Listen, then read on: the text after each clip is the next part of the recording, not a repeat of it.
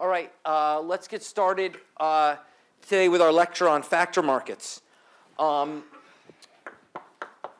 So when we talked about producer theory, we talked about input prices, that firms had prices for their wages and their capital, and we just sort of posed those as given. I just sort of gave you values for the wage and the rental rate of capital. But we never really talked about where those prices come from. Given that they may be the most important prices in our whole economy, it's probably worth spending a little time on talking about where do W and R actually come from.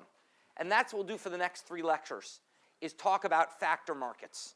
Talk about the markets that give us the price of labor and capital.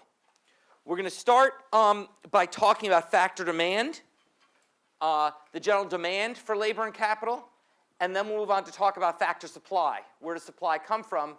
We'll then develop the equilibrium, and that will tell us where wages and the interest rate come from.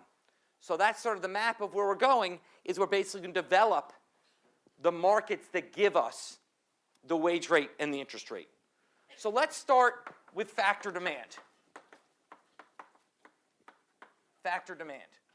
And let's start, and we're going to start with the cleanest case. We're going to assume that factor markets are perfectly competitive. So unless I say otherwise, we're assuming the market for workers or the market for machines or capital is perfectly competitive. Okay, we'll come back and bend that a little bit later. So what that means is that there's basically many sellers and buyers. Okay, so any worker, okay, is basically competing with lots of workers for jobs. Any firm is competing with lots of firms to hire the workers. Okay? And we're also going to assume a perfectly competitive input market. That is lots of firms and workers competing to match with each other. We're also going to assume a perfectly competitive output market. That is, we're going to examine this for the case not of a monopoly firm, but of a perfectly competitive firm. So just to get to your perfectly competitive firm competing with lots of other firms to hire workers. Okay? So let's start by talking about short-run labor demand in this context. Let's talk about short-run labor demand. Now in the short run, capital's fixed. So our decision is just, do we add another worker or not? Or another hour of labor or not? Like I said, the sort of units don't really matter here, but let's think in terms of workers. Do we add another worker or not? Okay? Well, as with everything else in this course, we want to consider the marginal benefits and the marginal costs of that decision. The marginal benefit of an extra worker is that one extra unit of labor raises productivity by the marginal product of labor. Okay? One more unit of labor raises our output by the marginal product of labor. Okay? But that's not the only part of the benefit, because we don't actually care as a firm about units of output. We care about revenues. So the benefit of a worker is not just how many units it produces, but the value of those units. Okay? And what is the value of the next unit produced? It's the marginal revenue. So the value of the next unit of labor is what we call the marginal revenue product, MRP sub L. The marginal revenue product is the marginal product of labor times marginal revenue. That's the benefit of another unit of labor.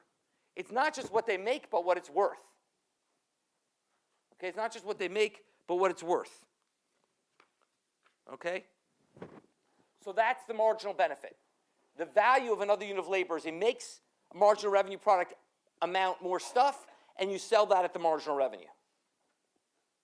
That's the marginal benefit. What's the marginal cost of another unit of labor? So this is the marginal benefit of another unit of labor. What's the marginal cost? Well, the marginal cost of another unit of labor is just the wage. So we simply set this equal to the wage. We set the marginal revenue product of labor equal to the wage, and that gives us our optimization condition for the optimal amount of labor the firms want to demand, is to set the marginal revenue product of labor equal to the wage. Marginal benefits of hiring another unit of labor equals the marginal cost of hiring another unit of labor. Now, to go further, remember, I said this is a perfectly competitive output market. So what is the marginal revenue in a perfectly competitive output market? What's the marginal revenue of a firm producing? Yeah, price. So we can write this more to say that once that the marginal product of labor times the price equal to the wage. Okay? So basically, what we're saying here, think about it, is hire workers until the cost of the next unit of labor is the same as what that unit will actually produce for you. Okay? The next unit of labor costs you W. It produces for you MPL times P. So you want to hire workers until that condition is met. Okay? So think about that. Figure 15.1 sort of shows this. Okay? We have a supply of labor in 15.1 that's horizontal because we're assuming a competitive market for workers. Okay? We're assuming a competitive market for workers. That is, a perfectly competitive market. So if I try to pay workers 1 penny more than other firms, every worker in the world will want to work for me. If I pay workers 1 penny less than other firms, no workers will want to work for me. That's what a perfectly competitive labor market means. That literally, I am a price taker in the input market. I don't get to set the wage. Okay? I don't get to set the wage. The wage is given to me by the labor market. So just like a perfectly competitive firm doesn't get to set the price of their product, it's given to them by the competitive market. A perfectly competitive firm in the input market doesn't get to set the wage they pay. It's given to them through the kind of process that delivered us our prices on the output side. Okay? So we get a horizontal labor supply curve. And then we have this downward sloping labor demand curve. Why is it downward sloping? Someone raise their hand and tell me. Why is the labor demand curve downward sloping? Yeah? Marginal product of labor is diminishing. Exactly.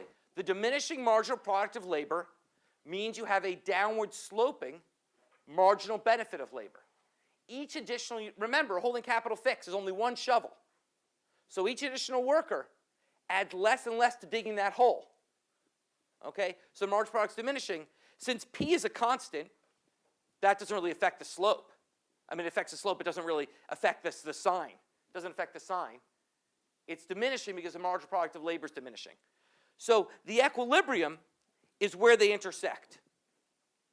So the bottom line, this is complicated and new.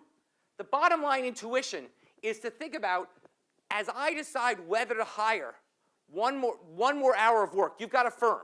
You've got to decide, do I want the worker to work 1 more hour? You do the trade-off of what am I going to pay them for an hour versus what are they going to get me for an hour. What they're going to get me is their marginal product times the price. Okay? Now, so in other words, the reason it's not just a marginal product is imagine if 2 workers are equally productive. With 1 more hour of work, they each make 3 more units. But let's say in one case, a unit is a computer chip, okay? And in another case, a unit is a potato chip, okay? We clearly would not want to pay the same wage to someone who produces 3 more computer chips as someone who produces 3 more potato chips, okay? We'd want to pay a lot more to the person with 3 more computer chips. Why? Not because computers are inherently valuable. In fact, potato chips are much more delicious than computer chips. Because they sell for a higher price. So therefore, you'd want to pay more to the worker who produces more units of a more valuable good.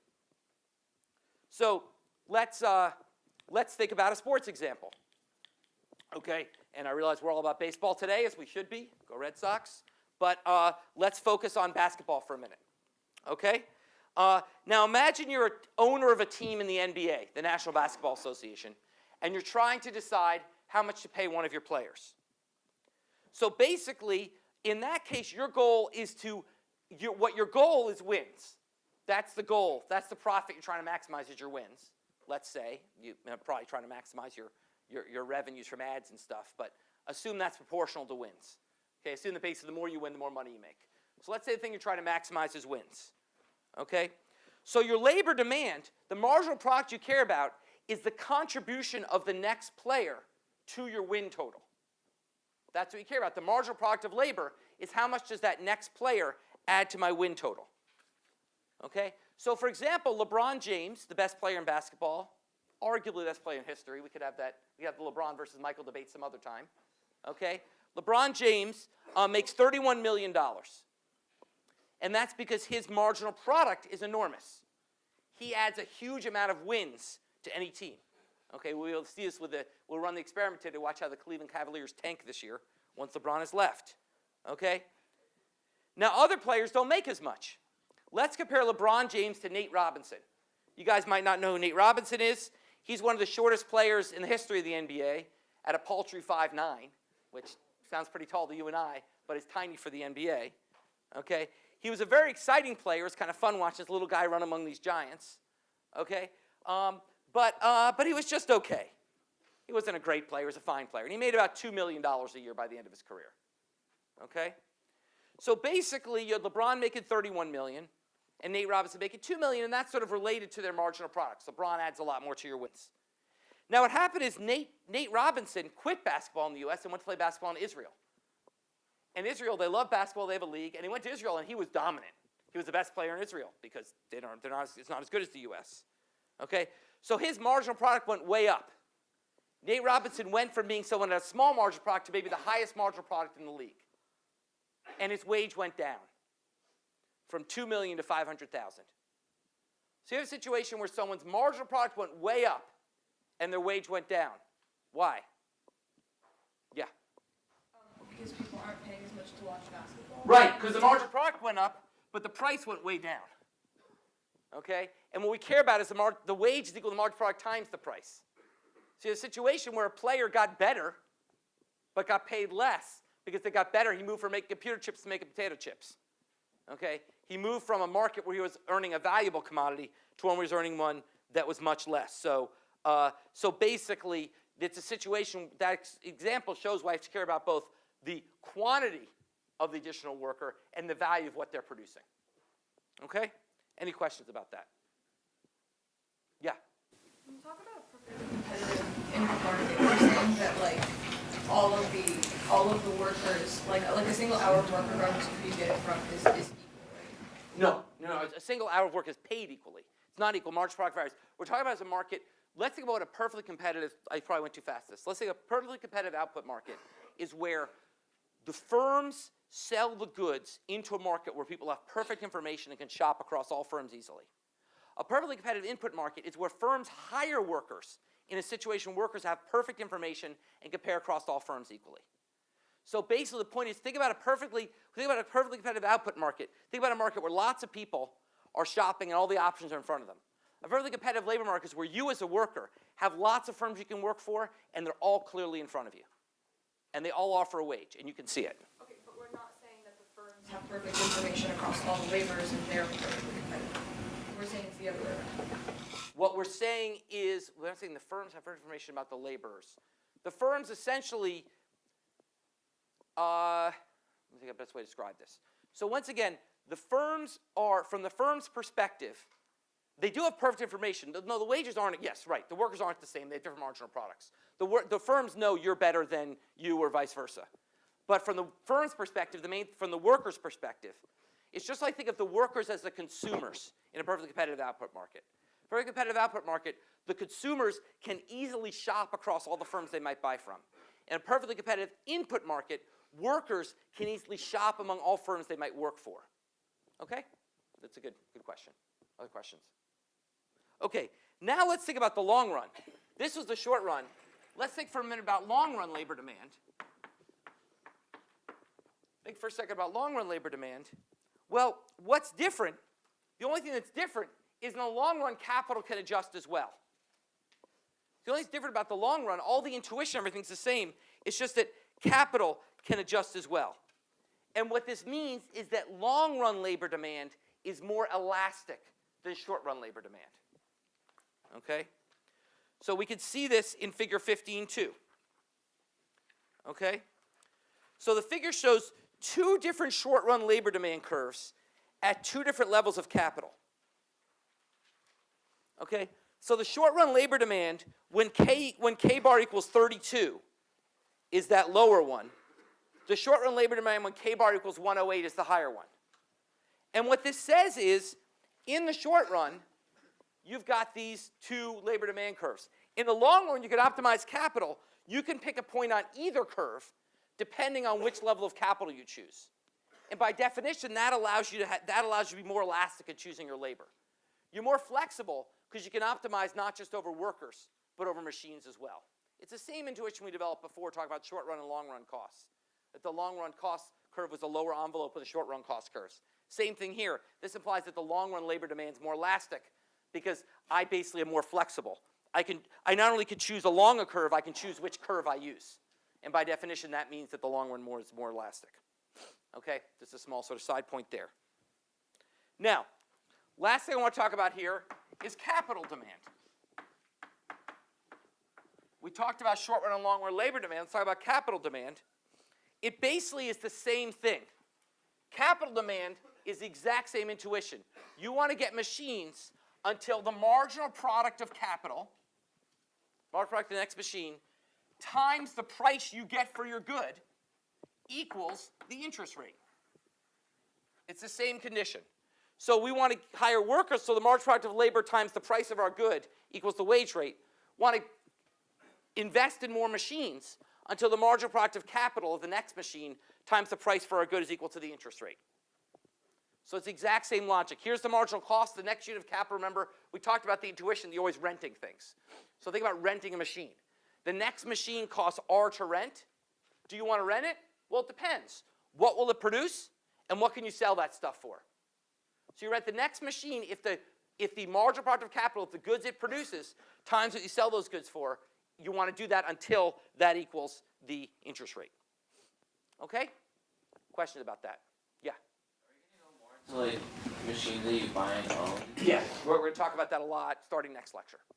Right now, I think I just put this down here. We'll come back to it, but I'm going to focus on labor for this lecture. Okay? So let's focus on labor. And so I just put that down there. We'll come back to capital, but focus on labor for a minute and make sure you understand where labor demand comes from. Now let's talk about where does labor supply come from. We talked about at the firm level, labor supply is perfectly elastic. So go back to figure 15.1. That was a firm level curve, okay? That was a firm level curve.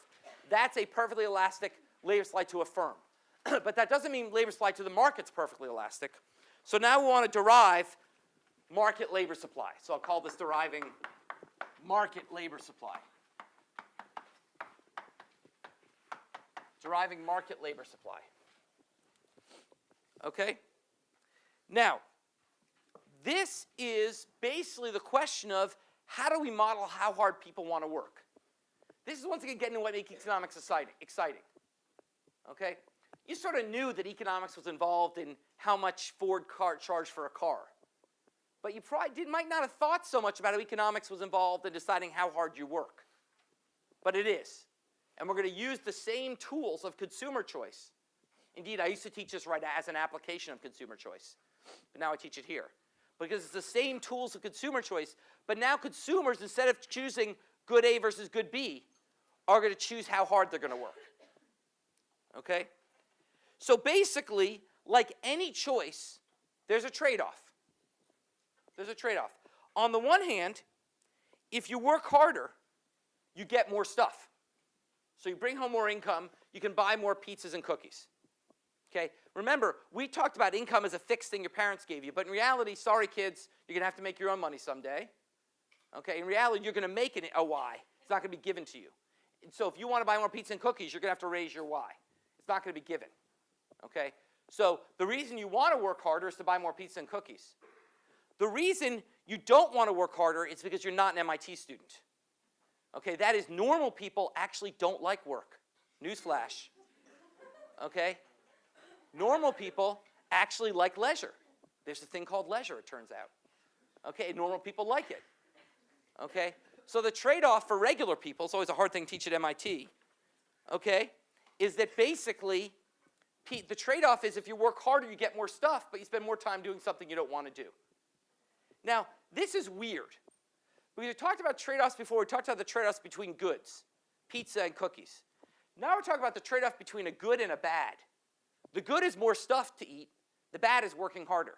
And we don't really know how to model that. So the trick we're going to use here is we're going to flip the bad into a good. Instead of modeling labor, we're going to model leisure. So to get labor supply, we're going to model leisure supply and then just flip it around to get labor supply. Okay? So that is, we're going to say your ultimate labor supply, the amount of hours you work, amount of hours you work, call them H, okay, is equal to 24 minus, minus leisure. Call it N. Let's call it leisure, because let's call it little l. Leisure's little l. The amount of hours you work is 24 minus the hours of leisure you take. What that means is I don't have to model the bad. I can model the good and let's use this simple reflection equation to get the bad. Okay? So this is the trick in economics, a good modeling trick. We don't model bads, we don't know how to do the trade-off between a bad and a good. We don't know how to do the trade-off between two goods. So turn the bad into a good. Don't model work, model leisure. Don't model your hours. You work, model how many hours of leisure. Okay? This is a general modeling trick. So what we want to ask is now, not how do we derive the supply of labor, how do we derive the demand for leisure? How do we derive how much leisure people want? Well, once I say it that way, you know what to do, which is I just said they're two goods, consumption and leisure. I want to know how much of one good you choose, of each good you choose. Well, that's a consumer choice problem. You know how to do that. Okay? So basically take figure 15.3. Okay? In figure 15.3, now, instead of doing pizza versus cookies, now our decision is all consumption. So think about consumption as a bundle, okay, versus leisure. So on the y-axis is how the goods you choose. On the x-axis is how much leisure you take. Okay, it says n, but actually it should be little l. Okay, should be little l. So let's call that little l. Okay? So basically, as you go more positive on the x-axis, that's more leisure. But because this equation, that implies as you go to the left on the x-axis, that's more work. Okay? Yeah. H is hours of work. H is hours of work. So as you go to the left, you work more. As you go to the right, you take more leisure. But we're modeling the good, which is leisure. And then we just go to our standard, consumer choice equation. We have a budget constraint and preferences. The indifference curve comes from your utility function. It comes from your indifference between how much you consume and how much leisure you take. And the indifference curve comes from like any consumer choice decision. But instead of choosing pizza and cookies, now it's how much stuff you want versus how much leisure you want to take. So it's the same sort of indifference curve. The budget constraint comes from what the market tells you is the cost of leisure. What is the price of leisure? What is the price of leisure? Someone else. Someone else got it? Yeah. Your wage. Your wage. Why is that the price of leisure? Because every hour you don't work is another hour of wage you don't get. Which we call what? Opportunity cost. Remember, prices and opportunity costs are the same thing in economics. Here's once again where it gets interesting to apply what we've learned, which is that basically, this is why, once again, they call economics the dismal science. Instead of having fun sitting around, we're telling you, by the way, you could be working and making a wage. So you're actually spending money by taking leisure. By taking leisure, you are spending money. What are you spending? You're spending the money you could be earning. So the opportunity, so leisure has a price. And the price of leisure is the wage. It's what you could be earning if you were working. So the budget constraint has the slope of minus W.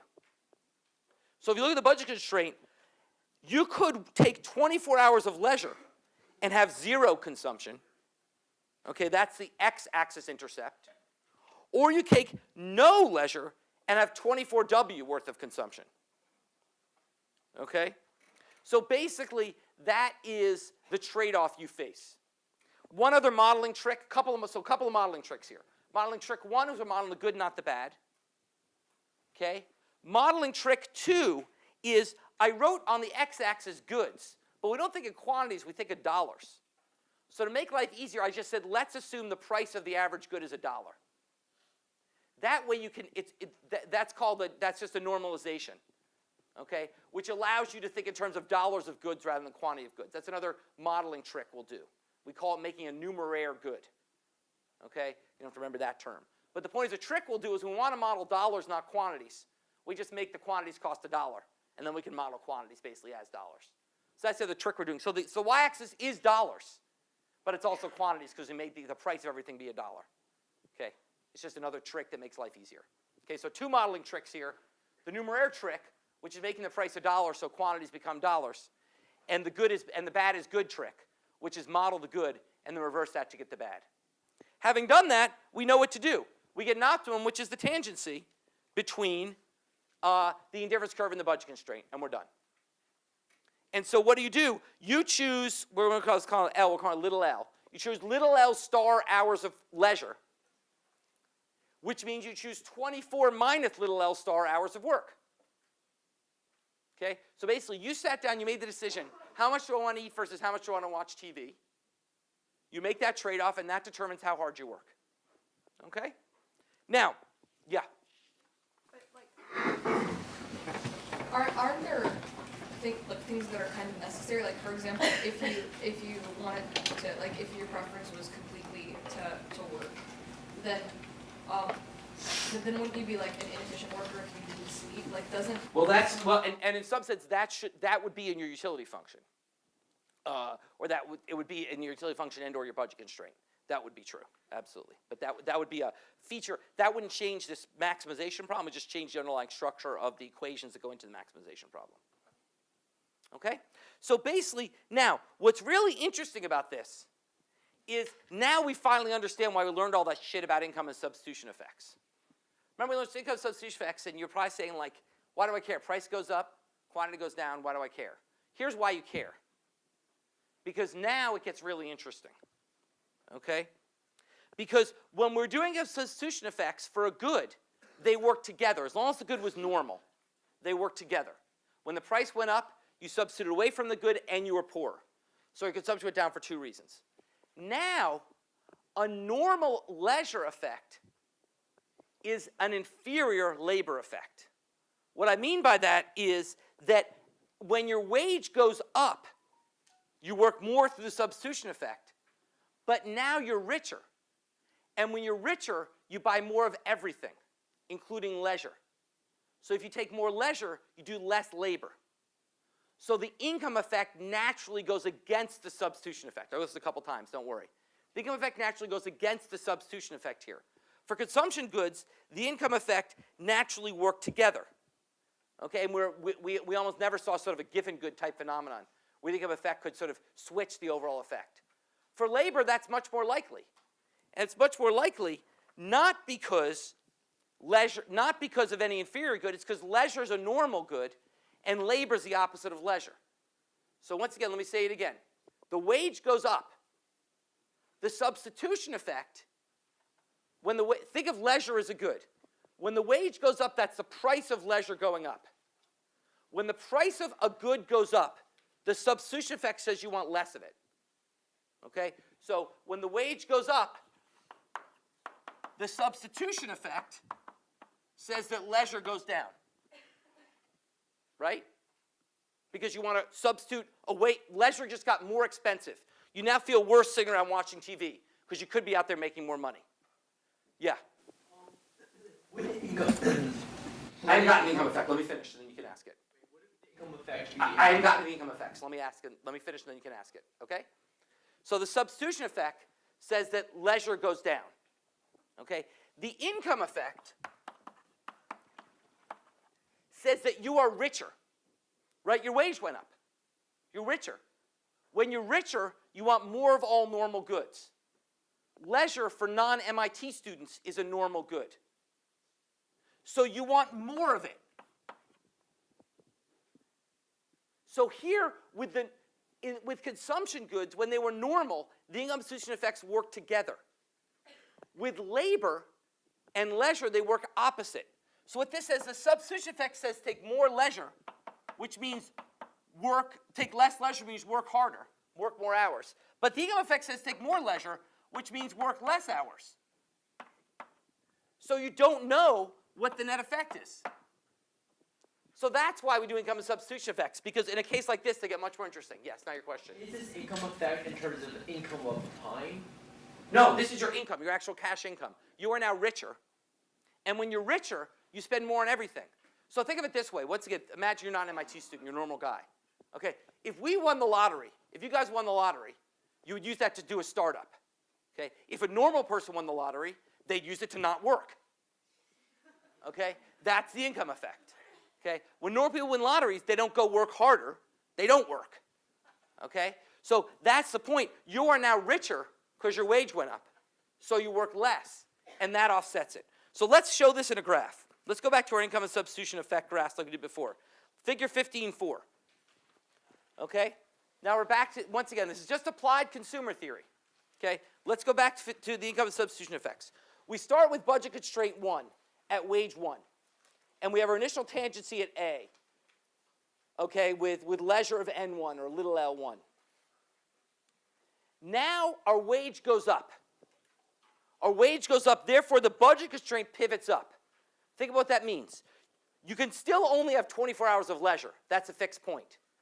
But as you take less leisure, you make more money. So the budget constraint now pivots up. Well, that has two effects. The first is the substitution effect. Remember how we get that? We draw an imaginary budget constraint at the new price ratio. The price ratio is just W because I've assumed the price of goods is 1. At the new price ratio, tangent to the old indifference curve. That is point B. So the substitution effect says take less leisure. Okay? The price of leisure has gone up. So holding utility constant, you want to take less leisure. The income effect, however, says you are now richer, so take more leisure. So the income effect goes the opposite way of the substitution effect naturally. You don't need a weird thing for that to happen like with pizza and cookies. It comes naturally. So for normal goods, the income effect goes the opposite way. Now in this case, we end up with leisure still going down. We end up with the wage goes up, leisure goes down, and therefore labor supply goes up. So we end up with our standard intuition, which is I tell you, if I'm going to pay you more, you're going to work harder or less hard. The standard intuition is I'll work more hard. Okay? But as figure 15.5 shows, it would not be super odd to get a Giffen good effect here, which is the wage goes up, the substitution effect shifts you to the left, but the income effect shifts you even more to the right, and you actually end up with more leisure. So once again, my intuition, if I say to you the price of pizza went up, what happens to your demand for pizza? You think of a standard, you say, well, I'm going to demand less pizza. If I say to you the wage went up, what happened to how hard you work? It's not clear. Think of a simple example. Think of yourself actually back before you're an MIT student when you were a kid saving for something. You were saving to buy a bike. And the bike was 150 bucks. Okay, bike was 200 bucks and you're earning 10 bucks an hour. Okay? So you had to work 20 hours to get the bike. Now I gave you a raise to 15 hours, to $15 an hour, or to $20 an hour. Would you work harder or less hard? Well, if all you want is the bike, you'd work less hard. You don't have to work 20 hours more, you don't have to work 10 hours. So in fact, a higher wage caused you to work less hard. That's not that bizarre a case, right? That makes sense. The point is, it's actually quite sensible that you couldn't end up with labor supply being a Giffen good, with a higher wage causing you to work less. It's not a crazy outcome. Giffen goods and consumer goods are crazy. It's not at all crazy to think that in cases like having a purchase target, a higher wage would cause people to work less. Yeah?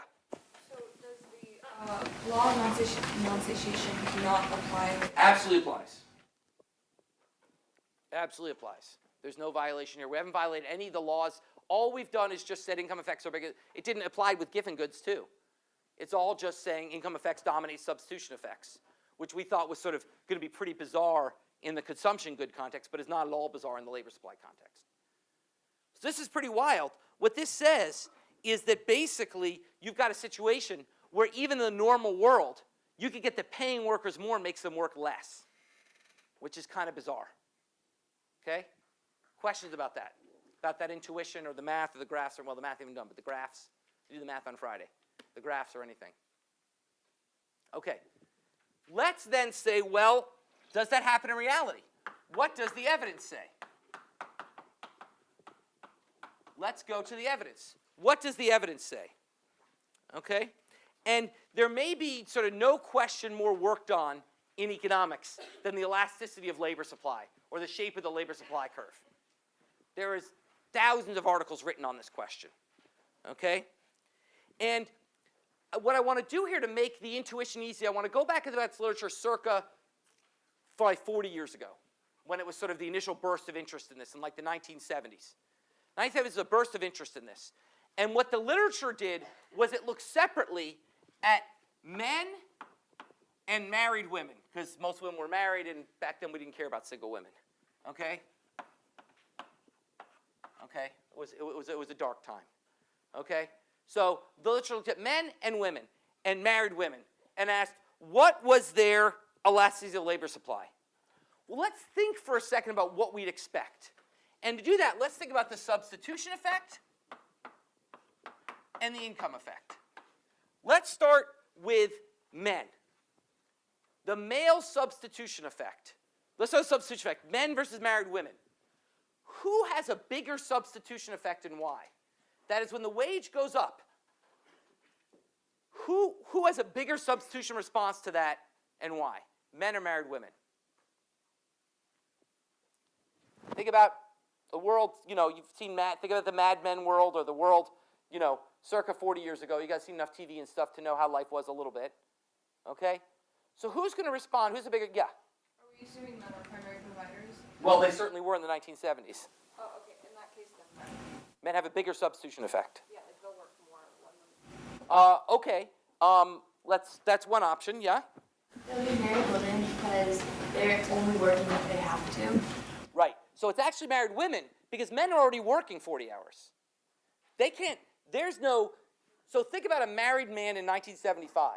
Okay? Men didn't raise their kids. Men, quite frankly, didn't give much of a shit about their kids. Okay?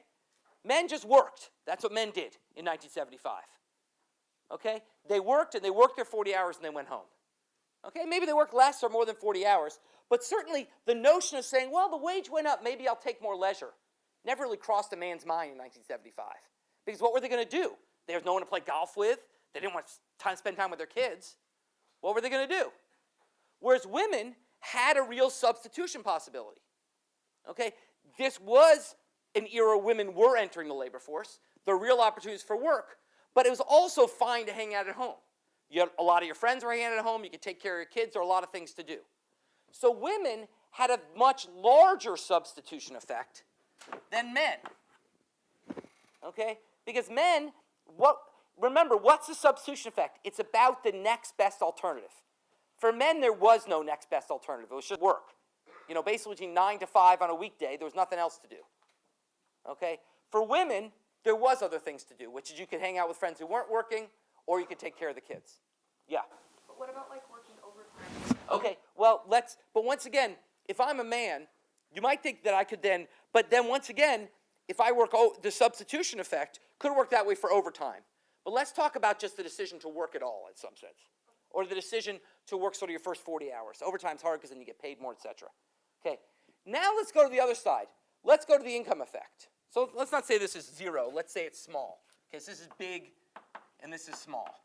Because you can work a little bit of overtime or something like that, and some men did care about their kids. I'm obviously being facetious. So it could be some men were willing to spend time with their kids, etc. Okay, now let's go to the income effect. For whom is the income effect going to be bigger? Men or women? For whom is the income effect going to be bigger? Yeah. Men. Because? Because they have a goal of they need X amount of money to provide for their family. So if they get this huge raise in wage, then they'll become wealthier and they can start doing more leisure activities. Exactly. There's actually 2 reasons it's men. 1, you're more likely to have target income. 2 is you can't have an income effect if you don't work. Okay, the income effect is proportional to how hard you were working.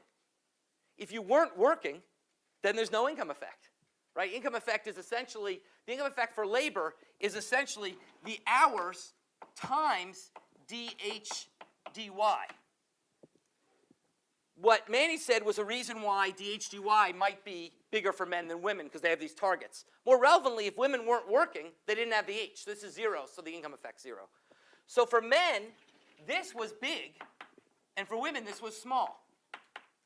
Okay, put this together, and what does it suggest about the relative shapes of labor supply for men and women?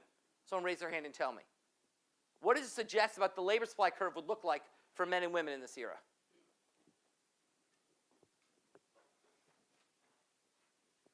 Okay, given the intuition we talked about here, what does suggest the female and male, the married women labor supply and the male labor supply curve should look like?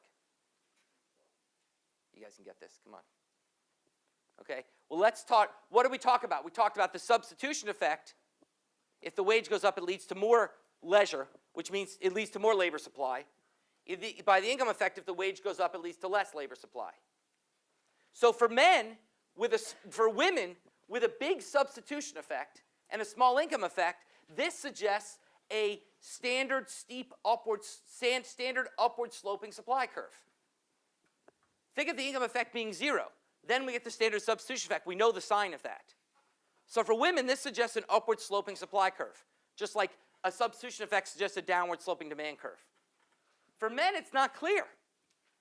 You could very much get a Giffen effect here, because basically there's not much opportunity for substitution, but they might work a lot less if they get rich. Okay? So that is sort of that's what I like about this example. It's hard, but I like this example sort of illustrates how substitution effects can come together to deliver a bottom line answer. What do we know? What we know is that actually evidence is that female labor supply was very elastic. That circa this era, female labor supply has an elasticity of between 0.5 and 1. That if you raised women's wage by 10%, there was a 5 to 10% increase in their labor supply, which is pretty, not elastic, but reasonably elastic. Okay? Whereas for men, it was pretty much 0. It wasn't negative, it wasn't positive, it was basically 0. Basically, men just worked 40 hours and then went home. Okay? So basically, an era where for women, the labor supply was very elastic and of the standard direction. Higher wage leads you to work harder, an upward sloping supply curve. But for men, it was pretty much a vertical supply curve, maybe even a bit backward bending, maybe even a wrong signed supply curve. But pretty much you can think of it as 0. Okay? Now, what do we think has happened in the 40 years since to these two numbers? So an elasticity for women of between 0.5 and 1 and men of 0. What do we think has happened to these two numbers in the 40 years since these studies, and why? What do we think has happened to these elasticity estimates, and why? Yeah? We got mixed together. Well, let's talk about women. What do you think's happened to the female estimate? Probably gotten less elastic. Because? More of them are working in a primary role. Right. Well, first of all, this is going to come down. Because, in fact, it's now more standard just to work. Right? In fact, now, for a woman today, in many communities, it's like being a man in the 1970s, which is if you don't go to work, there's no one to hang out with. Okay? So basically, this is going to get smaller, and they're more of a primary earner in the family, so this is going to get bigger. So in fact, female labor supply has fallen more to like about an elasticity of about 0.2. It's actually fallen over time. Now for men, the question is, do you get the opposite effect? After all, men sort of care more about their kids now, and there's more sort of activities going on during the day. But in fact, it hasn't. In fact, male labor supply still is pretty inelastic. What's happened is kids are now in childcare. So basically, we've gone from a world where, as wages went up, men worked. Women either worked or didn't work depending on the wage, and if they worked, the kids went in childcare. Now men work and women work and kids are in childcare. And that's basically the change, the evolution of the labor, roughly speaking, obviously. Still, female labor force participation is only about 70%. Okay? Many women still do stay home and raise their kids and are in and out of the labor force. Okay? But by and large, we've moved to a world of just overall less elastic labor supply. Yeah? Does this mean that the average, like, two-parent household is richer now? Or No, the average, well, okay, we're going to get into this when we talk about income distribution. What this has done is allowed the average two-family household to tread water. So it's the average two-family household today has the same income as they did in the 1970s. Why? Because workers earn a ton less in real terms than they did.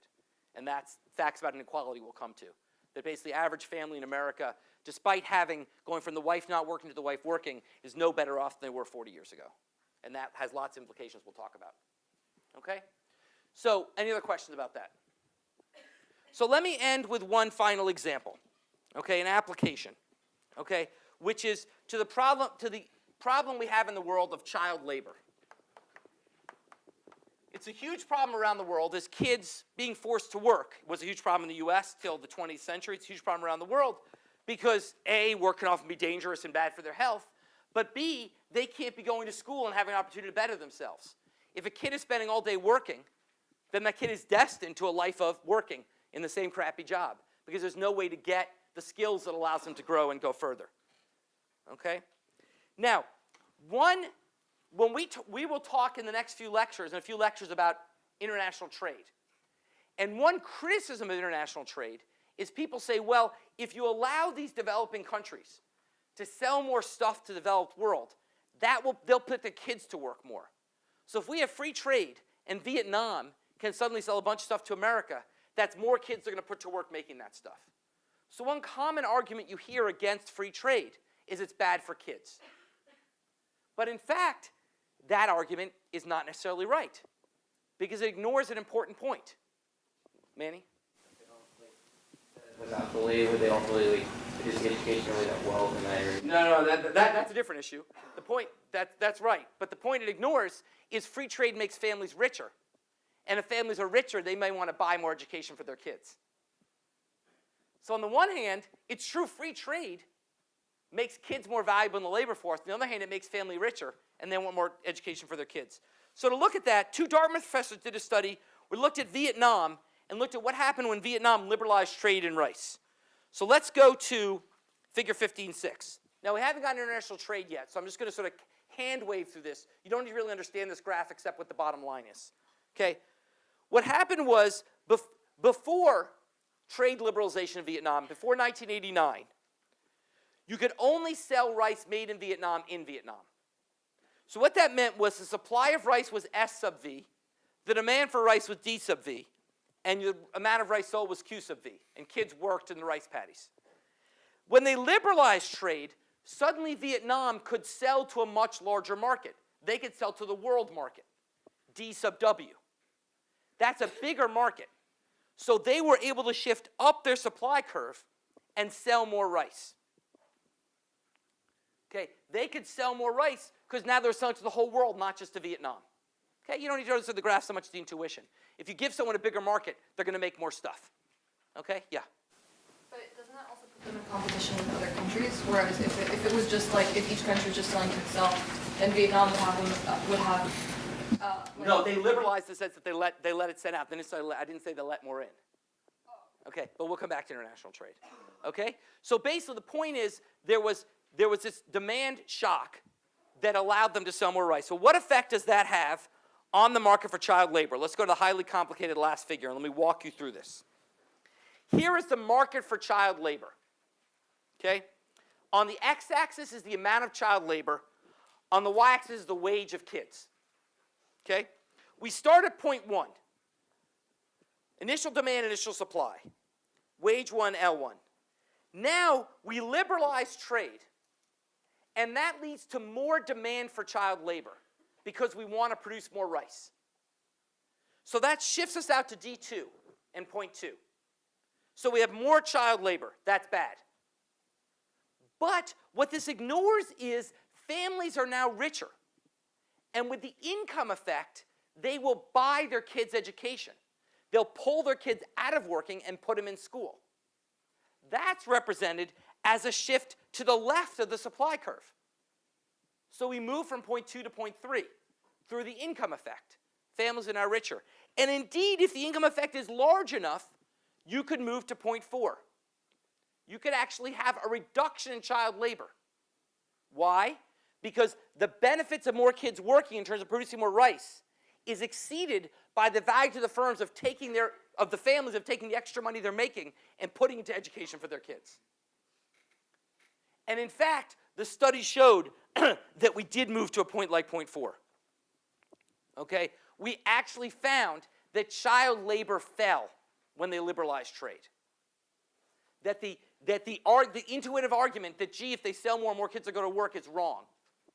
That in fact, when you sell more, yes, more kids demand for more kids, but families are so rich, they put their kids in education rather than their fields. Okay? And that is a wonderful sort of counterintuitive story of how I'll talk about economists like free trade, how free trade can actually have an unexpected positive effect. We might think it's negative. I know there's a question come up if you want to talk, but we got to end now. So thank you for staying a minute extra, and I will see you guys on Wednesday.